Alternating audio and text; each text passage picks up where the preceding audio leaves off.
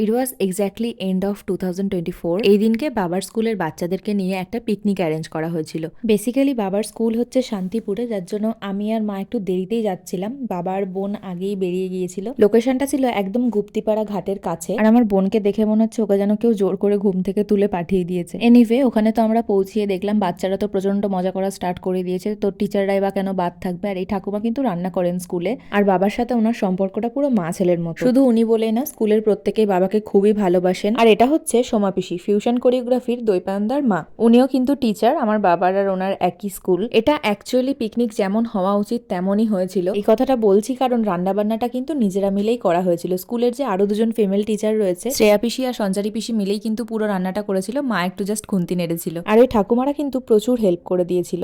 বাচ্চারাও খুব মজা করেছিল, আর আমরাও তো অ্যাট লাস্ট খেতে বসে পড়লাম। আর তার মধ্যে কিছু ইটভাটার বাচ্চারা চলে আসে। ওরা এসেছিল একদম শেষ মুহূর্তে, তো আমরা কোনোভাবে বিষয়টাকে ম্যানেজ করি। তো যাই হোক, পিকনিকটাতে কিন্তু ভালোই মজা হয়েছিল, আর এই বাচ্চাগুলোও কিন্তু নিরাশ হয়নি।